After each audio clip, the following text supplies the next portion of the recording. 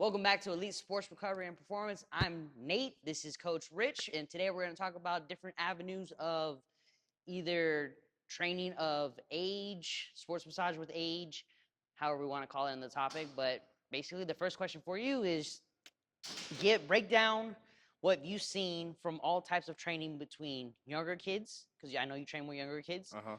athletes from high school to pro, Okay. and how it is also training the older people, the older clients. Okay. Because I know it's all different aspects of it. Mm-hmm. Kind of like the same with sports massage. Like it's going to be tailored, customizable, Right. different all the time. Right. You're not going to be doing the same thing for a younger kid, for an older client. And so kind of like break down that experience of like what you've learned along the way with that. Okay. I think. This is a very open-ended question. Yes, Okay. it's Cool. going to be because there's a lot of avenues you Oh can yeah. take with it. 100%. I think we'll start out with the athletes, youth and and older combined. I think you can always do the basics with everybody, right? Mm-hmm. So I think that always comes into play. Even like working with some of the pro guys, like the first few weeks, it's just the basics. Like we do mobility, hurdle mobility, all the basic stuff before we kind of move into more specifics. Mm-hmm. I think that's the difference maybe with older guys as compared to youth. Is with the youth, you kind of stay more in the basics, mechanics, form, and things like that, just Right. body positioning. Whereas with older guys, you can kind of move into more specific things, like what they need for their specific position, Right. sport, maybe come back from an injury, whatever it may be. Right. But with youth, you don't really have to worry about that as much Right.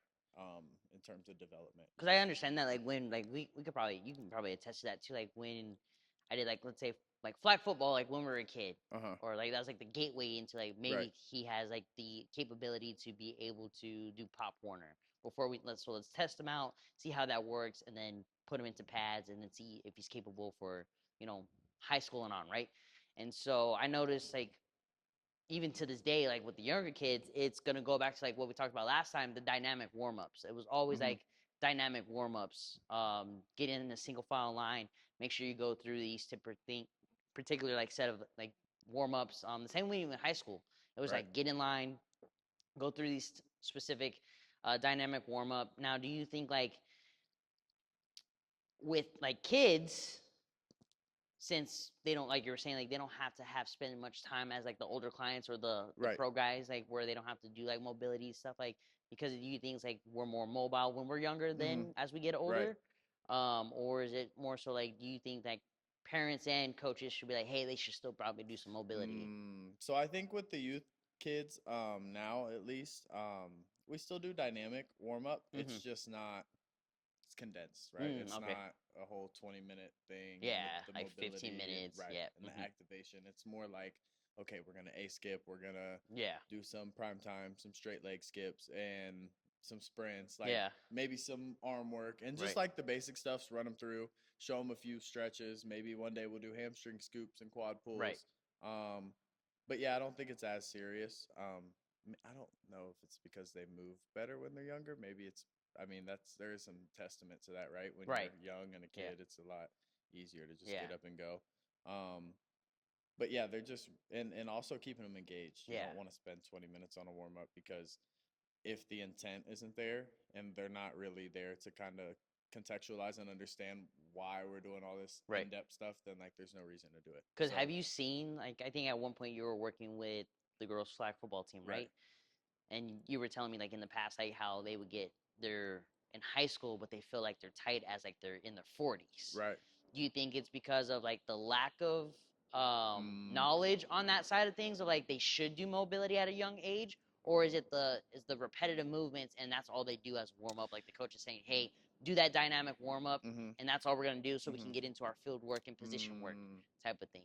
I think a lot of those girls were never exposed to organized sports really at all. Okay. And I think honestly, a lot of that, and we kind of covered this last week too, Mm-hmm. which I have thought of since then. But a lot of that just goes back to like kids don't play outside. And like, I'm Nowadays, big yeah. on that. Yep. Like nowadays, kids don't play outside.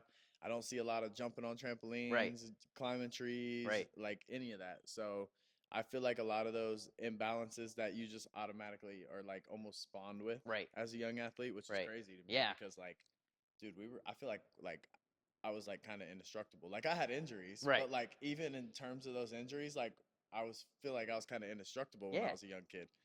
Um, but I think it just goes back to not putting your body in crazy positions, Yeah. playing outside and just being a kid. Right. Because I had a client who was a baseball kid. He was year round, and I think with his repetitive movements, it was just wild because one hip was just like Right. really tight, Mhm. and I think he was a pitcher, Mhm. but he played year round baseball before he got into like his actual season.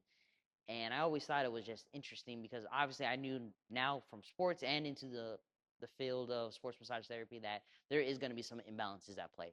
Now Right. from the coach's side of thing, if your player comes to you and they're 10, 12 years old, 13 years old, 8 years old, and they're already experiencing those type of imbalances, what is going to be your best course of action to help them get out of that imbalance, Right. change up, um, so that they're not in pain or having the hip tightness, Mhm.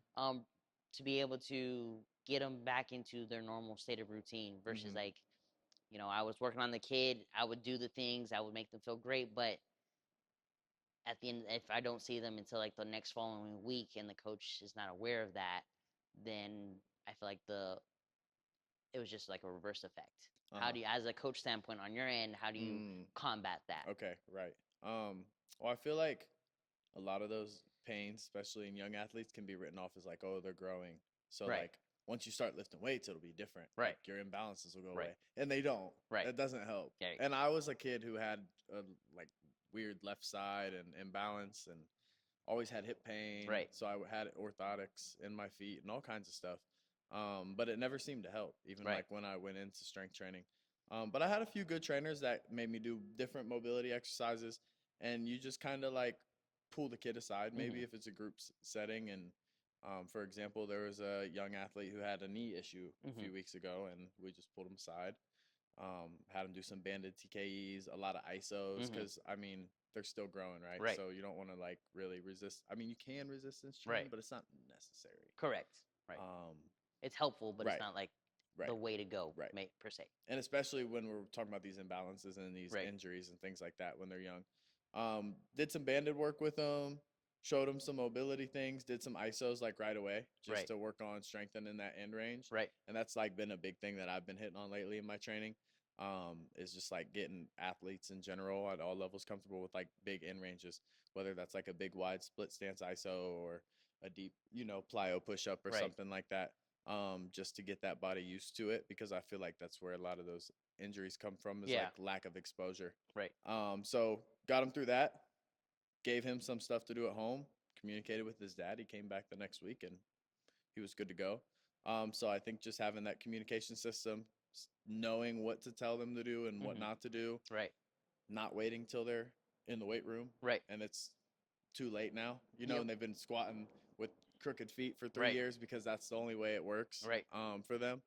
And just, yeah, staying on top of things. But it's important as a coach that you slow down sometimes Yeah. and address those things, even if it takes an extra 10 minutes, Right. you know? Because do you feel like when you talk to like the parents Yeah, and you start noticing things right away right, and you're explaining to the parents and they've never done it in their life either, right, and they're also going to the gym or they do workouts for their health and fitness, right. how do you think, because let's say like you tell the parents of like what they should, the child or the athlete should be doing at home, and they don't have these resources or they don't Hmm. know, do you feel like you're going to have to spend more time when they come back to practice or in the training to be able to get them out of that funk? Because or sometimes you tell the parents and the Hmm. parents will be like, okay, we'll make sure they do it, but then they come back and they're not progressing to it. Right. So how do you combat that also with the communication of the parents?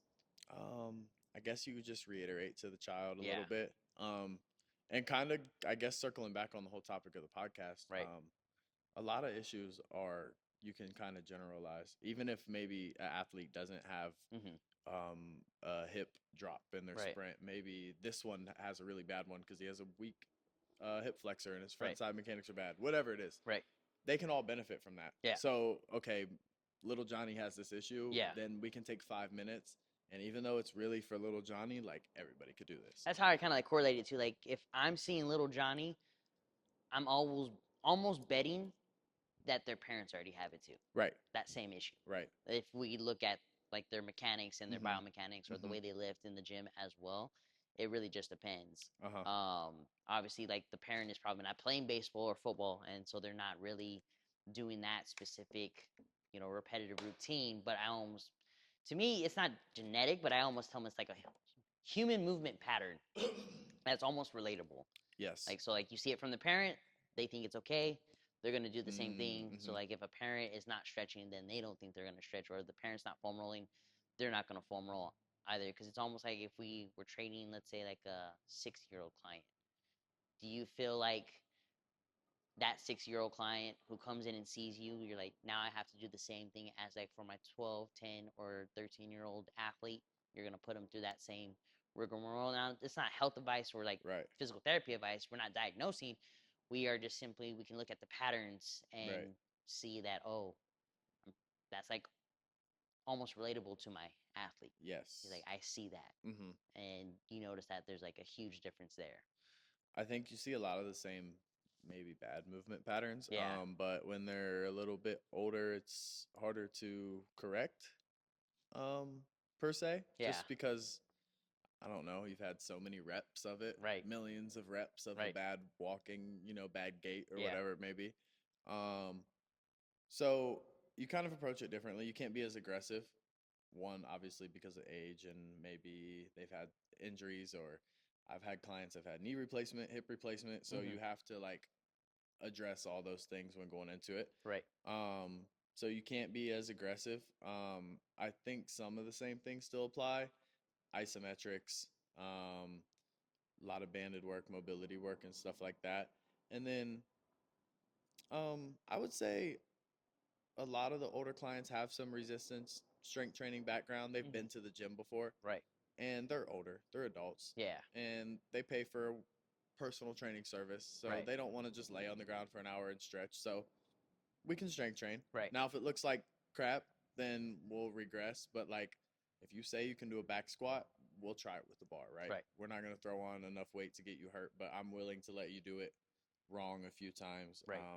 so that we can do it right later. Because like when you see like the older clients that do the back squat, obviously they're gonna have years of, let's say, back pain, right? Right. How would you get them out of back pain? But also, you have your athletes that Mhm. also say they have back pain, like Mhm. like specifically low back pain, not the Mhm. mid back, just low back pain, and they're doing the same squatting. Obviously, the weight is gonna be different. It's not gonna be the same. Right. What would be your course of action of mobility and stretching or dynamic warm up for both of those? So you have two different populations, Mhm. but they're experiencing the same Right. diagnosis as, hey, I have low back pain when I squat. Right. How do you combat that? I think a lot of, in general, we have weak backs Mhm. as a society. Like We're chilling right now. I'm chilling in this chair. I'm Yep. all laid back. So I think that's just a side effect of being 2026 in the 21st century with comfy chairs and couches and things like that. Right. So I like to incorporate a lot of reverse hypers, 45-degree hyperextensions, Supermans, things like that, with everybody. Okay. And I think maybe even on like a leg day, we'll do some primers like Supermans and things like that leading up into our squat just to make sure our back is activated. But I don't think it's so much a mobility issue as it is just like strengthening up that part of your core, because it is your core. Correct. People Yep. will neglect it. They'll Yep. do all the crunches and Russian twists, but we won't, do something for our lower back. Yeah. So just taking the time to make sure that's warmed up and good. Yeah. Because I think even the soft tissue work for both is beneficial. So Right. foam rolling. Mm-hmm. And a lot of like, you can see both the kids and the older population, they don't want to foam roll because it hurts. Yes. And if you just, I tell them not to roll on it, because then you're definitely gonna hurt yourself. If you just simply just sit on it, Mm-hmm. and like you're sitting in a chair, you're gonna get that sensation. Mm-hmm. You're gonna get that nervous system to relax. You're gonna get the nerves around it to relax if you're just kind of like pressing on it lightly. And you can typically see if you just do that, both the younger kids and the older population, their squats are gonna improve if Mm-hmm. they do the soft tissue works. When do you would suggest both, or it doesn't even have to be both, it could be even all three, like the pro athletes, the high school athletes, younger athletes, and older. When do would you suggest that they should start doing the soft tissue work on by themselves or with like a therapist? Would you say as soon as possible, or would you Yeah. say like when something gets terribly bad? No, as soon as possible. I Right. mean, if you have a foam roller at home, or your mom has foam roller at home, and you're 9-year-old little Johnny, Mm-hmm. just get on the foam roller. Yeah. It doesn't have to be with intent at 9, Right. but at least you're feeling it, and you know like what kind of how it works, right? Right. Um, I think it should just be something like brushing your teeth in the morning. You just do it, and even if you don't really need it, like Right. I don't necessarily live or die by foam rolling, Right. but I get on the foam roller, and I Yeah. do what the things you have told me, and I make sure I do, maybe 30 seconds to a minute on each side of my leg, Right. even if I don't need it, Right. just because you might find a spot that you need to work on. So Right. I think as soon as possible, really, and just sticking to some sort of routine with that will keep Now, you what do you think about well. like the stem or tens unit? Because I know Mm. you use that a lot. Mm-hmm. I've seen it done in physical therapy. I was given one when I went to physical therapy. Now, in my practice, I can't simply use it in a Right. session because it's a considered. It's weird how they consider it a medical device when even though you can buy tens units on Amazon Right. and stuff like that, or like Chirp, Theragun, Therabody, whoever. Like you can buy all that stuff now, like the Power Dot. Um, and so, how would you use it for a younger kid athlete? And then how would you explain it to the parent? Mm. I had STEM done when I was younger, Mm-hmm. so I feel like when I had relating it to me and relating it to a younger athlete, because I was maybe 11 or 12 when I had this like lower back, Mm-hmm. even like maybe even a sciatica type issue Right. at a young age, and I had really flat feet. Right. So I would get stem a lot at the chiropractor just to kind of relax that area and relax those muscles. And that's kind of how they explained it to my parents. Just get the nervous system to relax around that area, and also just get some like involuntary stimulation on that muscle to help strengthen it up because it probably was weak and something's overcompensating. Right. I don't stems kind of it's a funny I don't know. It's kind of a lot of it is theoretical, I think, Yeah. honestly. I have found some success with it, Right. but I do think it's like I haven't found a lot of textbooks that are like stemming your feet makes you Right. perform better, which I totally think it does. So Right. it's like, it's just one of those I feel like things. it's like almost like the Theragun, right? Like Right. it's a good tool to have on deck, so that way you can be able to calm the nerves, calm the nervous system, calm down the like overactive, muscle group. Uh-huh. A way where that all three parties can benefit from. I think I was telling you and another client yesterday actually. Um, there was this trainer that used to work here, and she had this machine called the New X. Mhm. Remember that New X machine when she was here? Um, I always used the tens unit because of what I was given from physical therapy. And but the good thing about that, the way she explained it, because I had no ability to calm down my left lat at all whatsoever. And a lot of people told me it was posture. I don't think it was posture related. I just think that it was so overly tight that yes, it was affecting my posture by pulling me forward and everything Right. like that, and then causing my shoulders to pull forward. But I think it was just more like a nervous system issue. Because then if I'm working out my back, I can't get a full pull, or my left side, right? Right. And so when she would put it on, she did it on the bottom of my feet, the back of my neck, and she would crank it up, but then always like crank it up to where it's comfortable. You don't want it to, because it will start pulling Mhm. right away. Like even in a vibrational setting, it would just pull. So like my Right. neck would be like this, and then Right. my feet would just start going forward. Right. So it has to be a comfortable setting. And when she started, the first time when I saw her, my nervous system was like shot because like first setting like number two, it was like, yeah, like stop there, like don't go any further. So we had to do that more and more consistently. That after by the time I was able to, after seeing her for weeks, able to get up to level 10 to where it's like, yeah, I don't really feel it. Nice. The nervous system on that aspect of it. And so going back, like it's a tool that we can definitely use. Even that you probably have you seen the Firefly?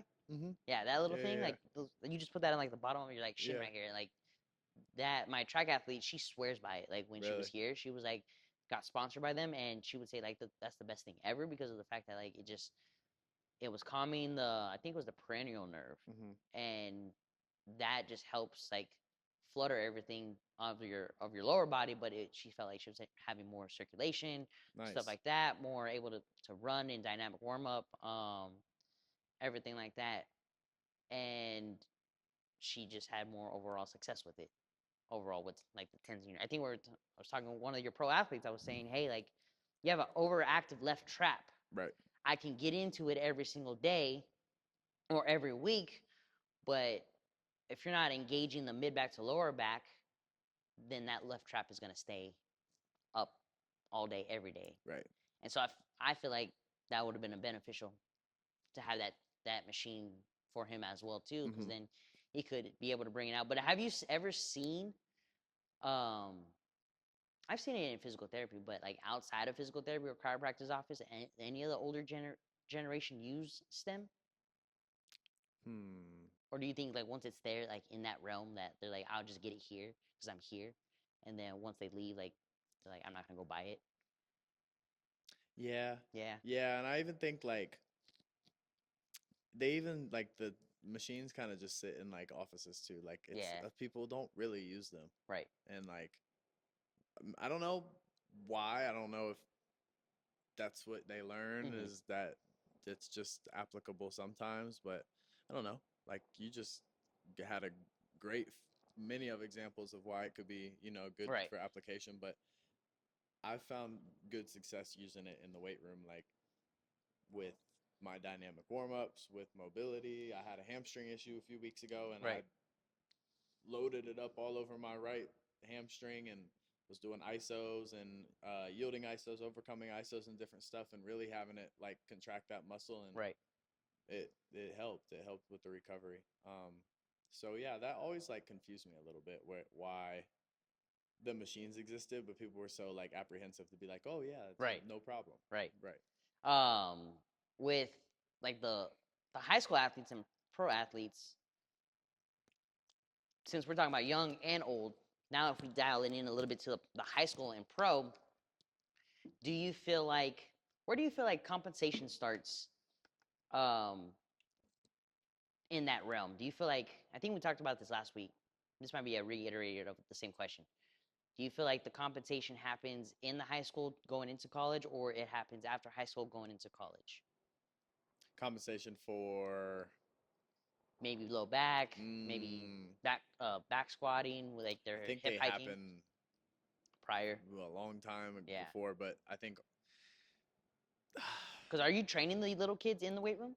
no, no, Okay, so no. Mostly just speed work, field work, and like maybe old me. And mhm, like as a coach and a trainer, like I can say that like old me probably maybe would have tried to, but like right, now I know like come on, like yeah, they don't really need. I can give you a whole hour workout without touching a right. weight, and you'll be fine. Because Like I don't we'll think get I you touched a stronger and weight until faster. like freshman. No, I touched weights before, but I didn't actually weight train until freshman year. Yeah, I had like very strict. Like my mom basically wrote my workouts and Yeah, watched me, and I could do dumbbells, yeah, no barbells.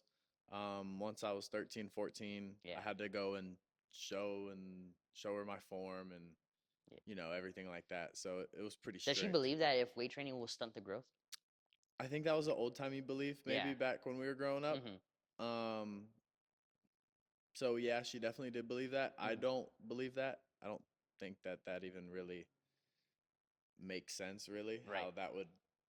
I mean, that doesn't make sense. If that means that playing outside essentially would stunt your growth Right. From the to an gravity. extent, like Right. right, if you want to look at it that way. Because we were jumping off of trees. Right. So like that impact from the ground, from jumping off the tree Right. to the ground, like you can already like affect. Right. your ankle and knee Right. at that point too. Carrying heavy stuff or Yeah. rocks or whatever we're doing. So it's like I know that's like a super old timey belief. Yes, you believe that, but like no, I don't think it stunts your growth. I just think it's hard to teach a if they don't already understand complex movement patterns, like just with their self. Like Mhm. I'm not gonna throw a kid on a leg press or something like that. Like we can save that to when you're older. Do you think like an athlete should you do like the old like Billy Blanks workouts if their parents have them at home? Like, you Like know what I'm talking about? like a Those like the DVD. DVD like No. or body by Sarah or whatever. No, please don't. Um, I mean, I'm not gonna say please don't. If you have no means to get a Yeah. trainer or coach, or you live out in the boonies and Right. you play school ball, but that's the only time you get there is the hour a week that you're Right. in strength and conditioning, then do the P90X workouts, like whatever, cool. Um, do I think that's gonna make you faster and stronger? Yeah. No, you might get a little bit bigger. Mhm. You get stronger in some calisthenics exercises, Right. but I don't think you're gonna run a 4.5 off of that. So no, no, probably not the best approach. How should one 40 to 6-year-old prepare to try to run a 4.5? A who? A 40 and a 6-year-old try to run a 4.5. A 60-year-old? Yeah. Let's say a 6-year-old came to you. This is hypothetical, but Okay, they came to you, and we've had conversations with many 40-year-olds right. here in the gym where they're like, I could still run a 4.5. Probably. How should they prepare without tearing a hamstring or Well, pulling a cramp? And interesting. you know where I'm going with this. Right, right. Well, right. You already know the conversation we had many times A lot of times. about racing, basically people and Yes. saying I could still run a 4.5 without training, without warming up. Well, listen. He's like, now he's about to yap, and so this A is his yapping moment. a 4.5 is incredibly fast. Correct. Like 21 miles per hour. You're not you're not running a 4.5. I don't know. I'm sorry to who's ever out there. Whoever told you you're running a 4.5, you don't run a 4.5. I'm just gonna let you know it's extremely difficult. So to think that you could just get off the couch and run a 4.5, I mean, That's why I stay silent shouts to you. because I'm not in that realm. That's fast. Yeah, I'm not gonna say I run a 4.5 or No. I'll never tell anyone. I would race them without warming up Right. because you can definitely pull something. I Right. tried to do sprints during COVID. Right. I pulled something in my hip, Yeah. and I was like, I'm done. I'm Even going home. me. I Yeah. tweak my stuff all the time, and I live for this type of training and Right. environment, and it's like hamstring, knee, foot, ankle. But before I go off on a tangent about other things, My track athletes even tell me what they have to do before they can even race. yes, 100, 200, Mhm. 800 meters. Like, so, it's thorough. yeah, it's very thorough. Speed is intentional. Like speed Correct. is not something that like you could be fast, right? Right. You could sprint fast. The average human runs 12 miles per hour. That's why treadmills go up to like 12 miles per hour. Damn, I did not know that. Right. That's So fast. if you can That run means faster I'm than fast. 12, yeah, Yeah. if you can run 12, Yeah. cool. But like Usain My miles Bolt, like usually 8 minutes. it's pretty good. Yeah, that's good. Yeah, that's Yeah. pretty good. But like a sprinter, right? Right. Usain Bolt runs like 27 miles per hour. Right. Tyreek Hill runs like 25. I heard someone beat Usain's Bolt record. Like unofficially, huh? Yeah. In like a practice or Yeah, something. it was like, Uh-huh. what was his record? Like 4 something? Yeah. And it was like a second or two faster than his. Mm-hmm. That someone was like, oh, they finally broke it. In his 100 or in the I think it was like the 100. yeah. Soon. Yeah. Dude, there's kids in Texas running like sub 10 Oh, yeah. hundreds like My already. track athlete from GCU was from Texas, and he Mhm. was like, these kids are fast. Yeah, it's crazy, bro. Crazy out there. I would get destroyed by those kids. But yeah, so like, what is a simple, like, How would I prep? yeah, how would you prep them? Or like, let's not even say they want to they don't want to sprint, because I feel like if someone came to you in their 50s that they're running a sprint, that means they're training intentionally for something. Right. Maybe like the High Rocks or the Ironman, right? But maybe they just want to run fast. Right, or they want to run Fine. fast. Or let's also throw in the marathon runners. Okay. Also. Ooh, I did one of these actually. Because those people, they are fast. I did one of those. Yeah, they run fast. But also, like, what if someone's like, I want to do a half marathon to a marathon? Yeah. So let's throw all those people into that Okay. bucket. Well, let's start. I could talk about both, but Yeah. we'll start with the marathon. It's still gonna fall in the lines Oh of the yeah, age group. So 100%. like we're talking about older people, Okay. or I'm in my 30s, but like I'm not there yet to the Right. 40s and 50s where I Right. don't have these things that they tell me that I'm gonna have by the time I get there because I don't really know. I'm just throwing them in the bucket of Right. what I see in daily world or in sessions. I think I would assess them first. And I mean, unless they've been training like an athlete, which gotta assume they haven't been, You're like, it's probably gonna be right. It's probably gonna be rough. right, So hurdle work, hurdle mobility, all the basics. It comes back to all the basics with right, everybody. PVC pipe over your head, doing marches and high knees and mm-hmm. for like weeks. And we'll start with that. It's probably not gonna be comfortable. You're gonna be out of breath. You're gonna be tired. Yep. You're gonna hurt. But we'll do some mobility in there. And that's the thing about a lot of that beginning stuff is it's low impact, so it's not like it's just a lot of ground contacts, but it's not high Yeah. impact, so it's low impact. So Right. um, you're not necessarily risking like tremendous injury because I wouldn't if somebody came to me and said they wanted to run faster, I would not have them sprint until 3 weeks Okay. at least. Okay. So now, like to really answer the question, Yeah. and for everybody out there, I'm not like I'm a speed coach, but I don't know what like Right. what necessitates anybody to call themselves a speed Right. coach, right? I mean, I know what I'm talking about. It's kind of like the realm of like personal training. There's Right. different names for it, right? Right. Um, but yeah, I don't think you should be sprinting if you're new to it, or if I just get you and you run, like I still don't really want you to sprint for at least the first 2 weeks, Right. probably. I honestly think that like that's where like a speed or like you're saying like a coach or a speed coach, track coach who's very diverse into that field would then say, "Hey, I want you to see someone who is in the realm of mobility and stretching work or sports massage therapy work. That way they can help facilitate relaxing those overactive muscles." Yes. Because trying to sprint on some overactive muscles without calming any of that stuff down, We're never gonna solve any problems. you're never going to solve We're any not gonna get problems, but you're faster. also at more risk to injury. Right.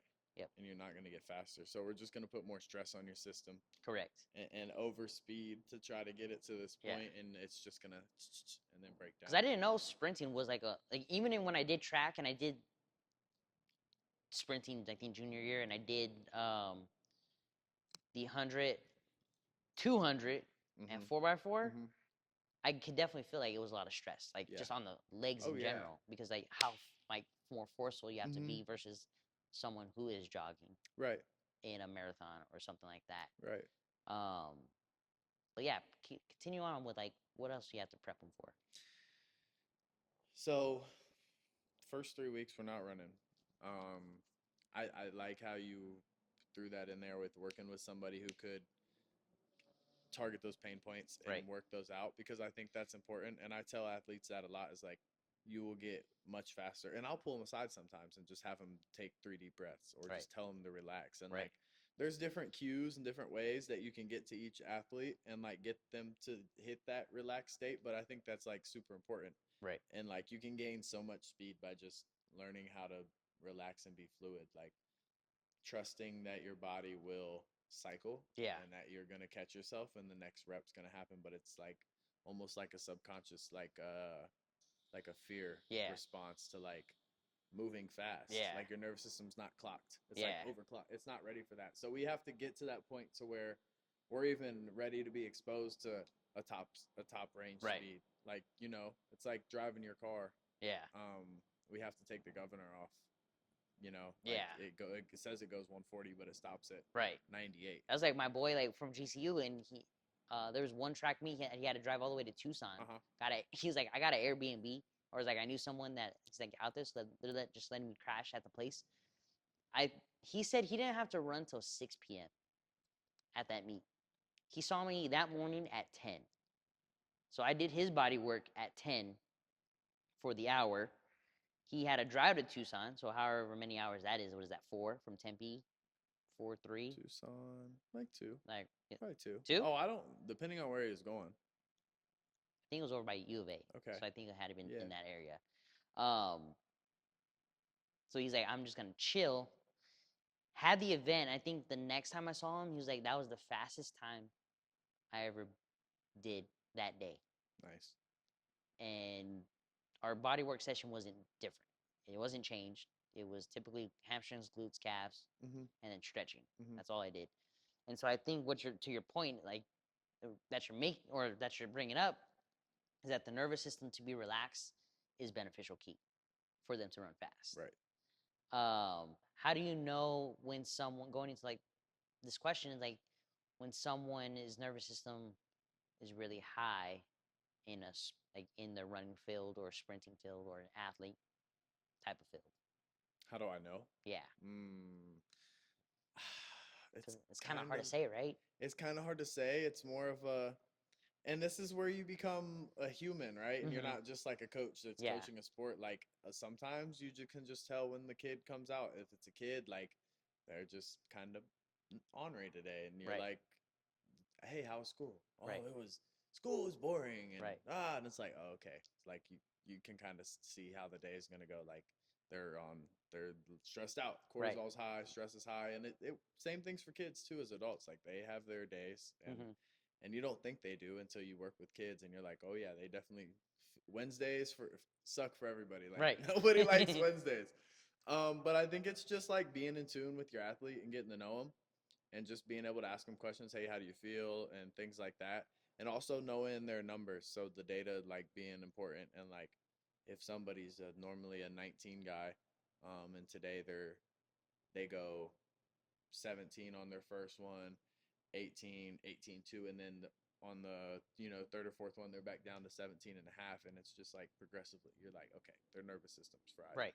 And a good test, which is it, this isn't, there's no like it is science, but there's no like measurement behind this. You can do this at home, is if you just squeeze your Mm-hmm. fist, and I'll have my athletes do this, and if you feel like like it tickles, almost like tingles a little bit, like you can't squeeze with your full force, then like that means that your nervous system's probably like not fully recovered from Mm. whatever had been happening or going on. Maybe your last training session, maybe stress from homework, maybe stress from job, maybe stress from whatever.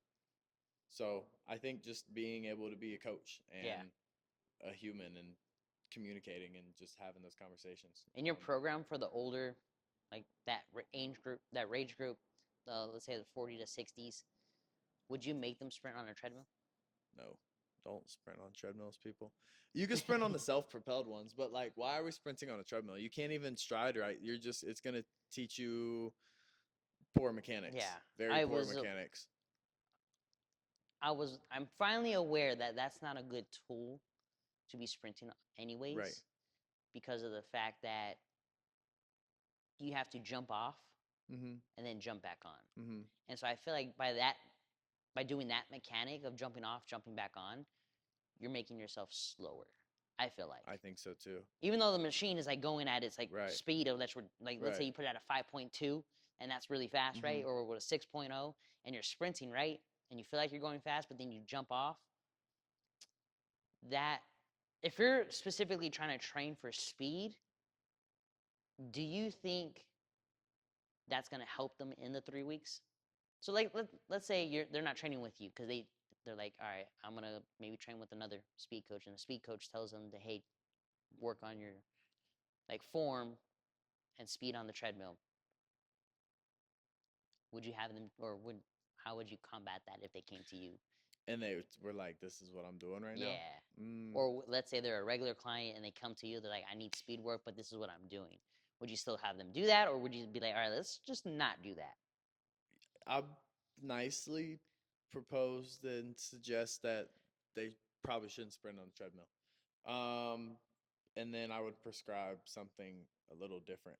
And again, I don't think you should start out with speed work by sprinting. Right. It's not gonna help if you don't know how to sprint. I'm not gonna make you sprint. But if they're like, I want to lose weight and I'm trying to, grow some muscle and I'm trying to do this, I'm trying to do that, how would what was your initial consultation would look like on that?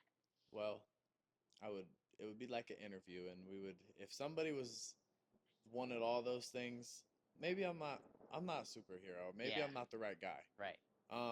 So we would have to get more specific about what you want. But I would tell them the same thing. Everything that I do, you're gonna do, and everything that my athletes do, Mhm.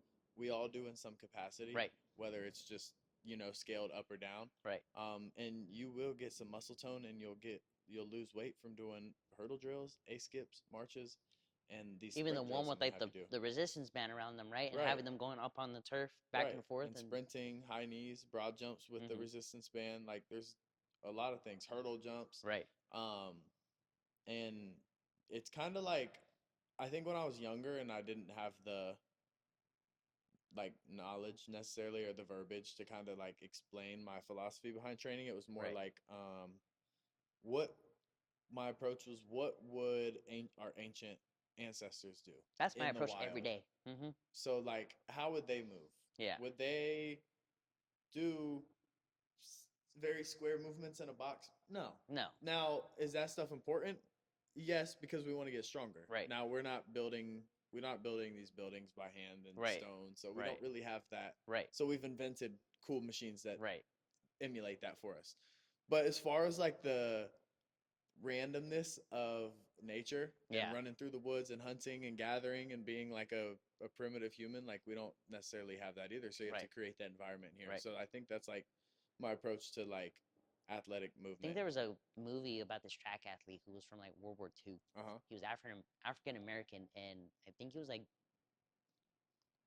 they were having him because be a to run for the United States, and he's never ran in his life, but he was fast. Hmm.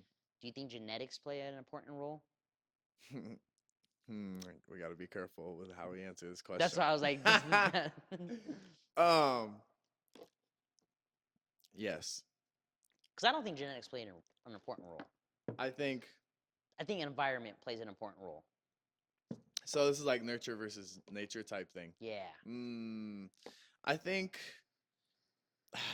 Because I think we just like to use that card a lot.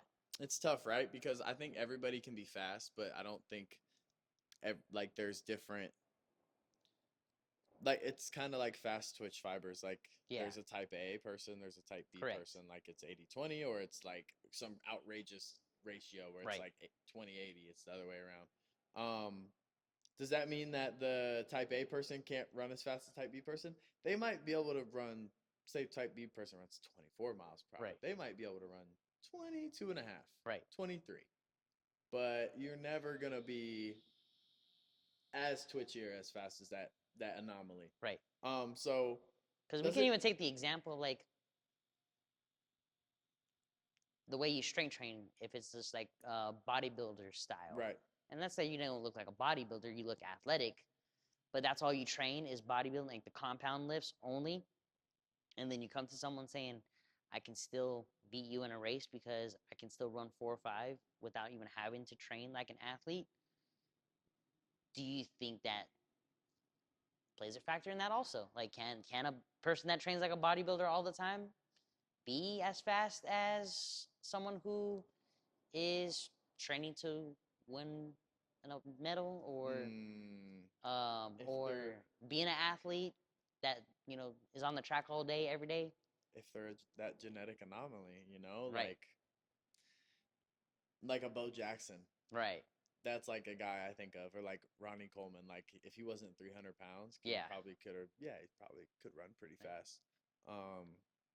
But no, because now we're just getting into ego. That just sounds what it sounds like. Right. I think we're just like getting into bro science. Yeah. Where it's like, what would you? And it's fun to like wonder, but I think sports specific and bodybuilding specific will always outweigh. Like I can't walk in and do. I'm pretty strong, but I can't deadlift 700 pounds like the power lifter guy because that's all he works on. Right. But like he could do some box jumps with me, but I bet he can't do the highest box jump, you know, and I could deadlift, but I can't do as much as him. So I think the experts are always going to be the experts, but there's always those outliers that could just be good and just blessed that they can just do whatever, and it just gives them what great outputs. Yeah. Right. Because now let's go back to high school. If the kid was like, I want to run a 4.5, but I'm training like a bodybuilder. Well, how do you tell them nicely? it's I think you're hurting your yeah, I think you would be hurting his potential of running a 4.5. That's Yeah. already rare enough in high school. Like, Right. so you know how many kids are like, "Oh, I run a 4.5." No, you don't. A 4.5 is so fast. Like it's so fast. So like your 4.8 is great. Yeah. That's awesome. So be proud of that. Your 4.75 is great.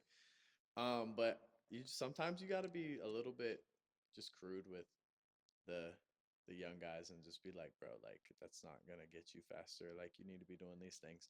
And I had coaches that were that way with us, and Yeah. you're still gonna go to the gym and do your bro lift, but Yeah. you're 16, so oh well. Like Yeah. it's not really gonna be the end of the world. But when you're here, Yeah. I hope that you take this serious, Yeah. right? I feel like the bro lift stems from high school. Oh yeah. Like I remember like on the whiteboard, it was just deadlifts, bench press, hang cleans, and snatches, incline press, or incline dumbbell press, shoulder press with the barbell. That to me, it just didn't feel like athletic enough. Mm-hmm. It just didn't feel like what. Where's the speed work that Right. you do on the turf? Right. Where's the slider work that you Right. do on the turf? Or Rotational, rotational, med balls. or there was ab work. I remember they were saying Uh-huh. like you need to do Russian twists Of and sit course. ups and stuff Right. like that. But I don't think I even told this to my dad. Like if I had a proper coach back then, I probably would have been well off. Mm-hmm. You know, I'm not saying like I was gonna go to D1 school. That was the hope and dream, but I think if I had a proper coach, I probably would have, been decent enough. Right. But I don't think I feel like the bro training or the compound training has always been there since Right. like the early days.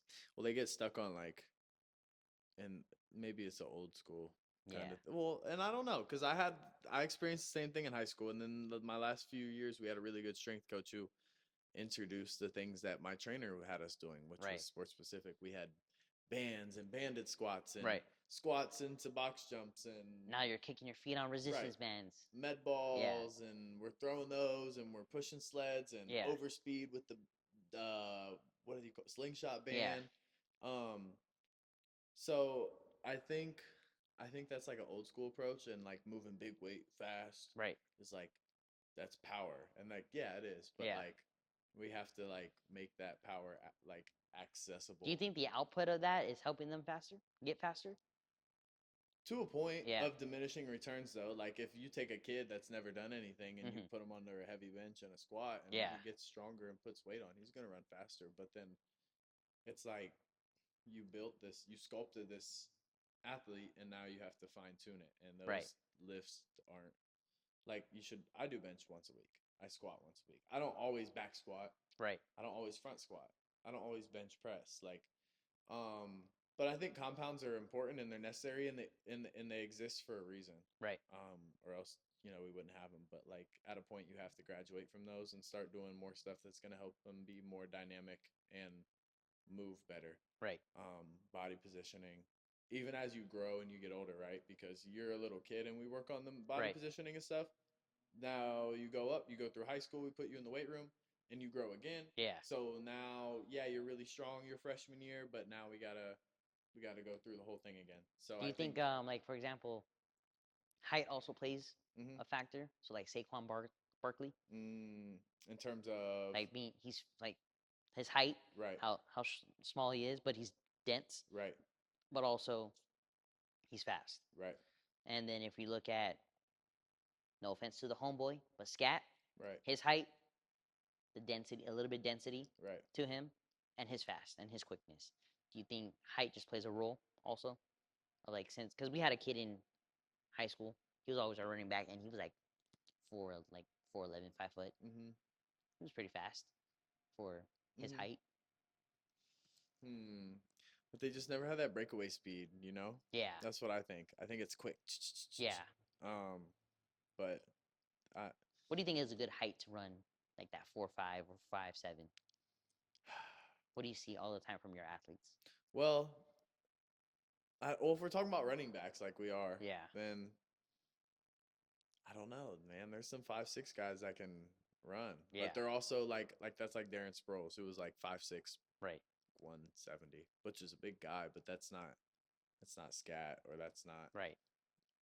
um why is this, we just said his name, why can't I Oh, think of Saquon his, Barkley. yeah, like I literally know him. It's not like a random person. I couldn't think of his name.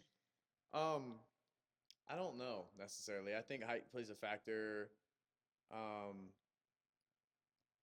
to an extent, just in terms of like your strides. Like you're Right. gonna have to work a lot harder if you're a smaller guy to get to that 4.5, 4.4 range. Where if you're a big guy who is also is explosive and powerful, and probably more so Right. because you can carry more mass, Right. you have a bigger frame to fill out, then you can run a little bit easier. I think Xavier Worthy, but he's also like 6'1", like 165. Right. But he ran it in 19 steps, right? Right. So So, stride also plays a factor right, into. right. 19, 20 steps, I think, is a sweet spot. Yeah. But if you're a little guy, it's probably going to be a little bit more. So it just depends. Your turnover is going to have to be quicker. Yeah. Your nervous system's going to have to be more relaxed. Yep. And it's full circle. Look Because at that, like ladies even and like the gents. studies, like when people are like, can sports massage make you faster? I've heard. Relative to your speed that you have already, Yeah. probably. Well, I have to be careful with that when I explain that to them. You can access more reservoirs Correct. of Like, because I can't. potentiated energy, if Right, you because I can't really tell them that I'm gonna give them more ATP or Right. more like Right. energy outburst or Right. like that. I said I can lengthen and I can help lengthen and shorten your muscle groups through massage therapy work by like mobilization, stretching, um, get it into the muscle fibers of like unlock of like the deep muscle fibers. So Right. that way when you do come off the ground for your sprint, nothing gets stuck. We can relax the nervous system. We can get out any of those trigger point bumps. Even in because I noticed too, like people are fast in the lower body, but they can't pull through because they have a knot in their trap or their mid back. So I can help with that also. But essentially, like to my boy, like you know, I told him I was like, I can't make you run faster, but I can help assist it in that aspect of it. As long as you're still doing your normal stretching, mobility, flexibility stuff, then that is gonna get you faster on that. So even with the athletes, even with the general pop, the older clients, like I can help them get faster in the sense of like I just mentioned, like releasing all that type of stuff, and then send them back to you and say, all right, we just did all that, so have them go through their normal routine on that aspect of it. But yeah, I think in the sense of like talking about fast, like quickness, like Yeah. that's a good flow for what we see from both all three generalization of population, athletes, pro athletes, type of thing. What else do you want to touch on? Hmm. Trying to think. I don't know, athletes just doing what they can at home. Right. We talk about recovery a lot and Right. programming a lot. You could do isometrics at home. You can get a resistance band and do resistance band work at home. Yeah. You can foam roll at home. You can get a lacrosse ball or tennis ball and do that stuff at home. Do you believe in cold plunging before you go run? Before is crazy work. It is crazy work. I've had people tell me that. I don't know. I don't know the science behind try it. to be. I've always told opposite. Yeah, I'm gonna try to. What made me feel good before, and this was what I did, is I would, after my heavy week of whatever football, Right. playing football, I would take a hot shower, get in the cold ice bath, and then get back in the shower, like to end it all, to like start my recovery day and like relax. But and sometimes after my workout too, but before, I don't know. I'm a hot shower before workout guy. Like I like to be as warm as possible. Good. Yeah. Glad to hear that. Yes. I tell everyone, I'm like, before you come into our sessions, I'm like, You make should sure take a shower. Yes. like that or like heat pad. Yeah. Like warm up your go or sit in the sauna, like, but don't get sweaty. Just like make sure you warm up your body. Yeah. Type of thing, because then that will ease the tension and pain. With regards to cold plunge, I always tell them that at least an hour and a half before they go and do any activity. Because I used to, when they had it over at Phoenix, I used to do it over there before my leg day.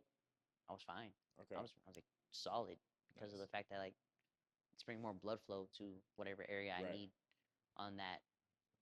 I should probably just done more contrast therapy though, but that was besides the point on that. I do like contrast therapy. That is more study shown. Yes. The whole cold plunging for 10 minutes is good for relaxation, I think. Yes. But I don't also recommend it to people that have chronic issues No. because when they have chronic low back pain and you go into a cold Well, you're plunge, gonna yeah, you're gonna you're seize just up, gonna make tense yourself up. even more Right. tight. So I think that's where like take the hot shower and then jump in the cold Hmm. plunge. That's Type why I of, always went one to that and then back to the warm to like right. like release everything or How many relax, if you minutes will. were you doing in like, let's say the infrared sauna or the sauna, and then to cold plunge? In between, Yeah, oh, I go right to it. you go one and one.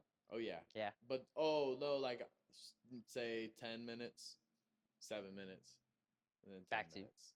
Yeah, 10 minutes in the sauna or in the hot yeah. shower, 7 minutes in the cold. Because people are, I've talked to people that are like doing 1 to 2 hot tub, 1 to 2. Oh, Um, like 1 or 2 minutes. yeah, I've done that they're before going back too. and forth. I still don't know why. Like I've I done don't that understand. before too. I didn't really like. I've done that with the hot tub in the pool before, Yeah, like at my old apartment complex because it right. was really cold out. Um, it just I don't know. It feels good. I Yeah, feel different. I don't know what I feel. Something changed, but I don't know exactly what it was. I feel like if you Um, do that, you should then go like do your sprinting, like a workout. like a Yeah, workout, I and feel see. like I was very primed after it for sure. Yeah, Yeah, good. Okay, yeah, then so it does work. yeah, It for just sure. depends on who it is. Hmm. Would you would you implement that to a older client? Would you tell them to do that? Yeah, I would. I feel like older people we can be a little bit more free to try things like that. Yeah, But yeah, I think that would be something that would be good for them. Even yeah. just like swimming in general, just like moving Even your just joints in the pool. hot shower, cold shower, Yeah, just like flipping you that can back do and it at forth. home that way, pretty Yeah, easy. Yeah. yeah. But I think we touched on a lot today Oh yeah, for a good. We were here for a while, we so were, huh? solid. A good episode today for what episode two? Episode dose Those. two. Follow it on Elite Sports Recovery and Performance YouTube, also on Spotify and Apple Podcasts. Yes. I'm Nate. This is Coach Rich. We'll see you guys next time.